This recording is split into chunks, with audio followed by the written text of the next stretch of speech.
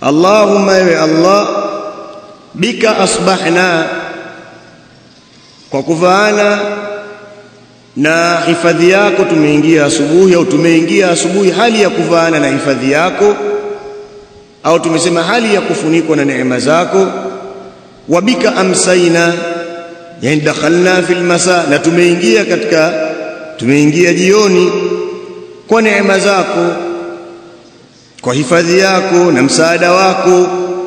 Wa bika nahya, na wewe ndiye mwenye kutufisha, kutuhuisha. Wa bika namutu, na wewe ndiye mwenye kutufisha. Wa ilaika an-nushur, na kwako wewe ndiye kwenye kufufuliwa. Ay al-ihya'u lilmab'ath yawm al-qiyamah, kufufuliwa, kuhuishwa kwa ajili ya kufufuliwa. Kwa hiyo na kwako wewe tu ndio kwenye kufufuliwa, kwa maana unakiri kwamba kufufuliwa kupo, kiyama kipo. Ama jioni utasema wa ilaika al-masir, na kwako wewe tu ndio kwenye kukusanywa. Unaelewana? Inna ila rabbika ar-ruj'a, hakika ila rabbika, kwa Mola wako tu, ar-ruj'a ndio marejeo. Kwa al-masir marejeo, na kwako wewe ndio marejeo masir. Kwa maana umetumia neno an-nushur, kufufuliwa kule na kukusanywa, kuhuishwa baada ya kufa kule, kuhuishwa tena kufufuliwa. Kwa sababu asubuhi ni kama mtu amefufuliwa, sawa, anaanza harakati nenda.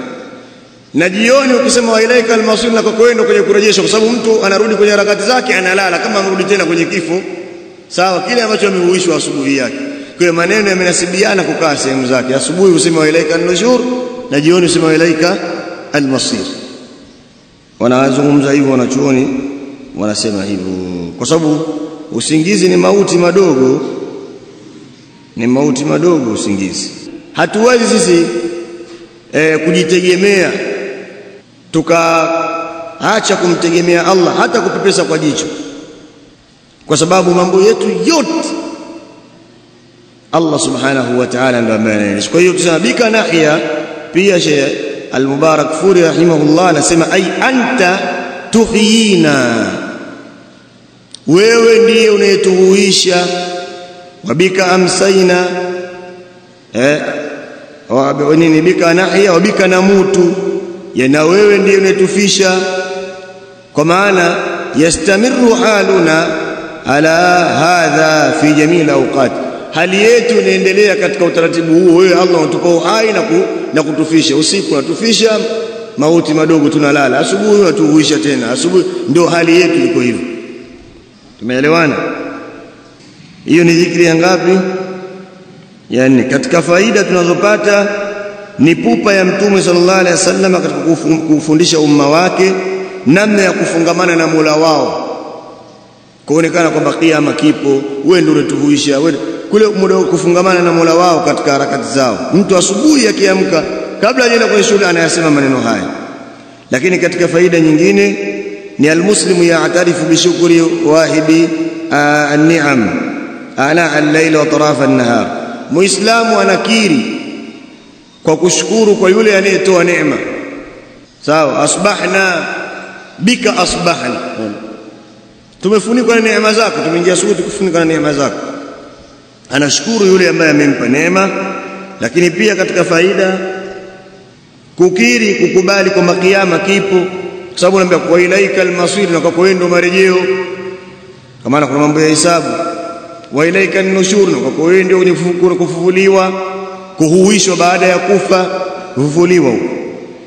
Tayeb, dhikri nyingine ya tano, Allahumma anta rabbi la ilaha illa anta khalaqtani wa ana 'abduk wa ana 'ala 'ahdika wa wa'dika mastata'tu a'udhu bika min sharri ma sana'tu abu'u laka bi ni'matika 'alayya wa abu'u bi dhanbi faghfir li fa innahu la yaghfiru dhunuba illa anta.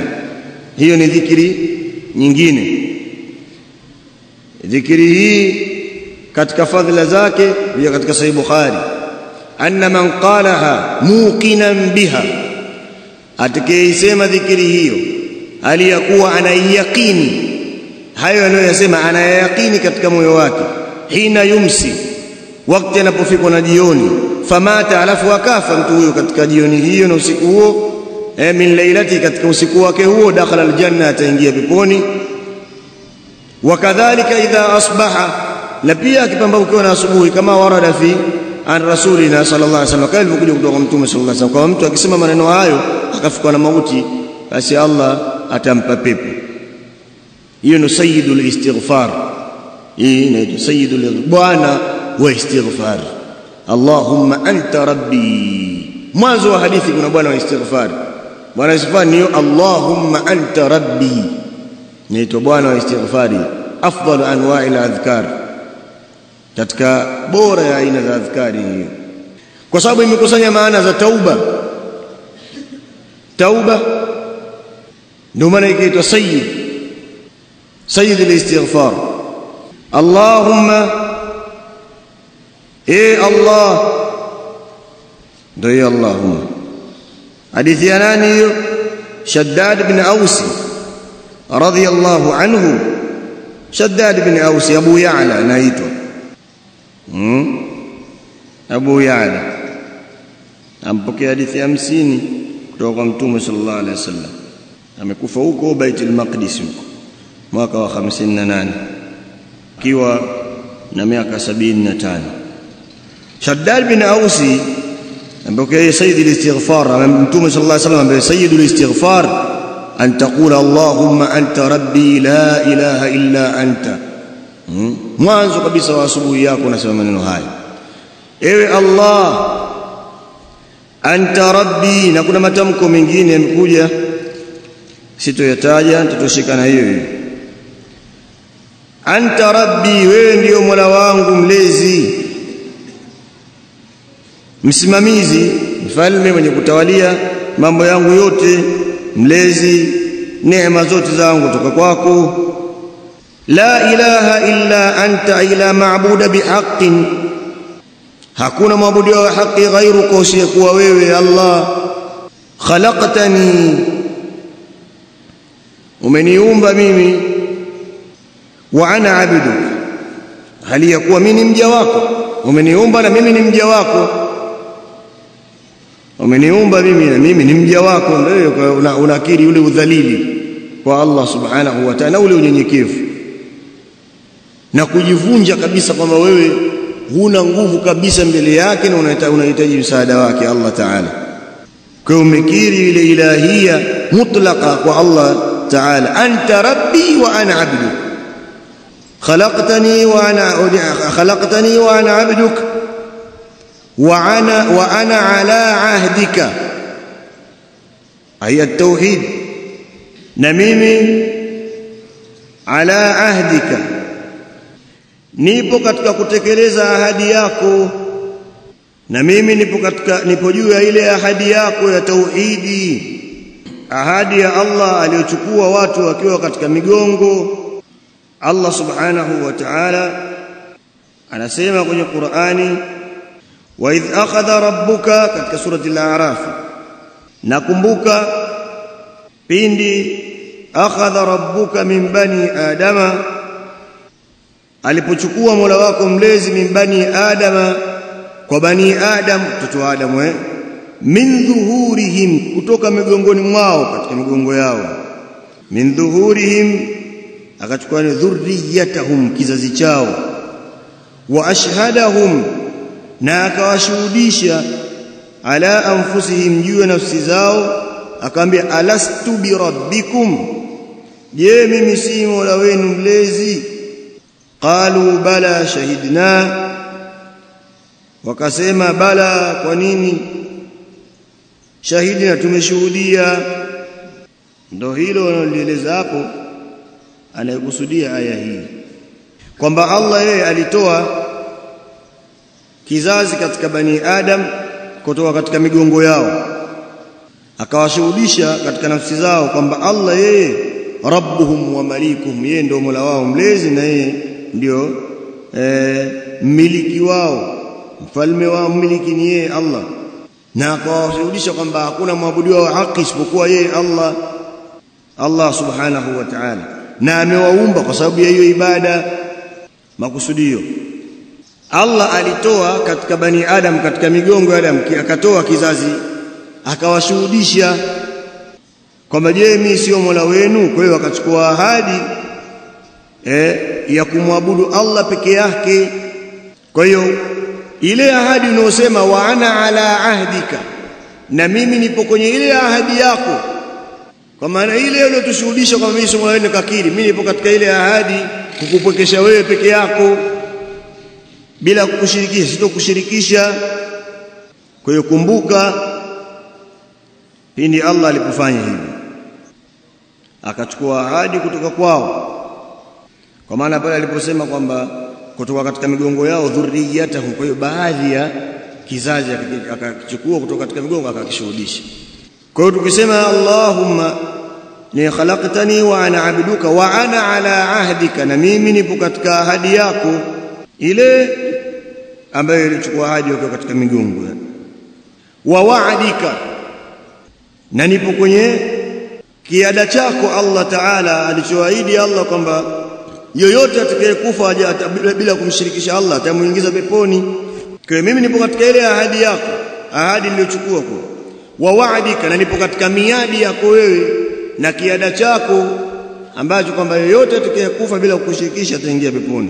Ndio maana maneno hayo wanasema. Ndio maana Ibn Hajar rahimahullahu ta'ala akasema al-wa'du, kiada cha Allah, ma qala ala lisani nabii, ni yale aliyosema kupitia ulimi wa mtume wake, inna man mata, hakika yoyote atakayekufa, la yushriku billahi shay'a, amshirikishi Allah na kitu chochote kile, wa adda maftaradha alayhi, na akatekeleza yale ambayo Allah amefaradhisha juu yake, an yudkhilahu aljanna, wa atamuingiza peponi. Ndio hii wa wa'dika, na nipo katika ahadi yako kwamba mtu yote atakayekufa bila kukushirikisha ataingia peponi. Mimi nipo katika hiyo ahadi, kwa maana mimi ninaishi katika utaratibu huo, ile ahadi niliyochukua kule ya kupokesha kuna mwabudu isipokuwa, na ninaishi katika ile ahadi yako ambayo kwamba kifa bila kushirikishwa ataingia peponi. Sawa. Sheikh Ibn Uthaymeen rahimahullahu ta'ala anasema wa ala wa'dika, wa ala wa'dika, tatbiq wa'dika, nipo katika kutekeleza ile ahadi yako uliyochukua Allah, ma wa'adta ahla alkhairi, ambayo umewaahidi watu wa khairi, min alkhairi, kuwa watapata khairi, wa ma wa'adta ahla sharri min alsharri, na ile uliowaahidi watu wa shari kwamba wao watapata shari, kwa sababu atakayekufa hivi atapata hili, atakayekufa hivi atapata hili.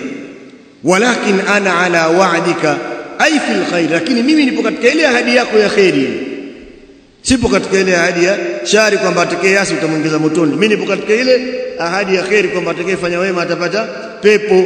Ndio niliko mimi katika ahadi hiyo, kwa sababu haya maneno wewe unatawassali kwa Allah. Kwa hiyo inawezekana unasema maneno hayo alafu utakuwa upande wa shari, la. Kwa hiyo wa ana ala ahdika, na mimi nipo juu ya nini? Ahadi yako, kutekeleza ahadi niliyochukua kwako ya kwamba sitomwabudu yoyote yule kuna kushirikisha na wewe Allah Ta'ala. Wa wa'dika, na nipo katika kutekeleza ile miadi yako uliyosema kwamba mtu atakayekufa haja kushirikisha yeye ataingia peponi, sio katika ule upande wa shari, nipo katika hilo. Mastata'tu, kiasi ninachoweza. Maneno haya umesema hivi kukiri kwamba pamoja na kwamba upo katika kutekeleza ahadi, lakini mapungufu yako mengi, kwa sababu wewe ni mwanadamu. Ndio maana ukasema mastata'tu ay ujahidu nafsi, ninapambana na nafsi yangu katika kujizuia na maasi, kutekeleza ala taa, kutekeleza taa. Tumeelewana? Lakini mastata'tu ila dhalika sabila, kiasi ninachoweza kutekeleza katika hilo. Na ndio maana Al-Hafidh Ibn Hajar rahimahullah anasema wa fi qawli mastata'tu, na kauli yake kusema mastata'tu ilamu li ummatihi anna ahadan la yaqdiru ala al-ityan bi jami'i ma yajibu alayhi lillah, ni kufahamisha umma wake kwamba hakuna yoyote anayeweza kuleta, tumeelewana, yote ambayo yamewajibisha Allah, yote ukayafanya huwezi, mapungufu yapo. Ndio maana ukasema mastata'tu, kwa maana upo katika hiyo ahadi, lakini mastata'tu unajitahidi kupambana. Sio mastata'tu umekaa tu ufanye, unafanya lakini unakiri kwamba mapungufu yatakuwepo, sababu huwezi kusimamia 100%. A'udhu bika min sharri ma sana'tu, najikinga kwako, min sharri, kutokana na shari, ma sana'tu, shari ya yale ya kile nilichokifanya, au shari ya yale niliyoyafanya, yani yale yaliyofanywa na kiwiliwili changu katika madhambi. Usije ukaniadhibu Allah, nisamehe. Anasema Sheikh Ibn Uthaymeen rahimahullah, yani anta ta'udhu billah, wewe unajikinga kwa Allah, min sharri ma sana'ta, kutokana na shari ya yale uliyoyafanya, lile ambalo umelitenda. Lianna al-insana yasna'u khairan fayuthabu, kwa sababu mwanadamu anafanya jambo la khairi akapata thawabu, wa yasna'u sharran fayu'aqab, na anafanya jambo la shari akadhibiwa. Wa yasna'u sharra fayakunu sababan lidhalali, na anaweza kufanya shari ikawa ndio sababu ya kupotea kwake. Fa anta tata'awadhu billahi min sharri ma sana'ta, unajikinga kwa Allah kutokana na shari uliyofanya. Isije Allah ukaniangamiza au ukanipoteza nikaacha mambo ya dini kutokana na ile dhambi fulani ambayo nimefanya. Sababu mtu huenda akafanya dhambi fulani ikawa ndio sababu ya kupotea kwake, Allah akamtoa katika mstari kwa dhambi fulani aliyofanya. Fa in tawallaw fa'lam annama yuridu Allahu an yusibahum bi ba'dhi dhunubihim. Allah anaweza kuwasibu watu kwa baadhi ya madhambi waliyofanya. Kwa hiyo mtu anaweza kufanya jambo fulani la madhambi katika dini ikawa ndio sababu ya kuacha mambo ya dini. Mweza kwa mtu jambo dogo, watu siweza kusoma kama sehemu za dini sehemu, lakini mtu anaweza kuiba, mfano anasoma kama hivi kwenye mara akafukuzwa kwenda nyumbani, akaghairi, akaona bora nikafanya shughuli nyingine. Mkenda kukutana miaka mbele huko, umeelewana, yupo na magrisi yake, labda fundi huko kadha, lakini kama ametoka kwenye hili, lakini inawezekana kwa dhambi fulani aliyofanya Allah akamtoa.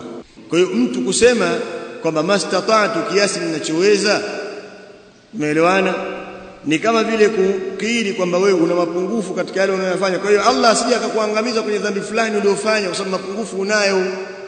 Abu laka bi ni'matika alayya, abu laka yani a'tarifu bi ni'matika, ninakiri kwa neema zako, alayya, juu yangu, allati la tu'addu wa la tuhsa, ambazo hazihesabiki wala hazidhibitiki.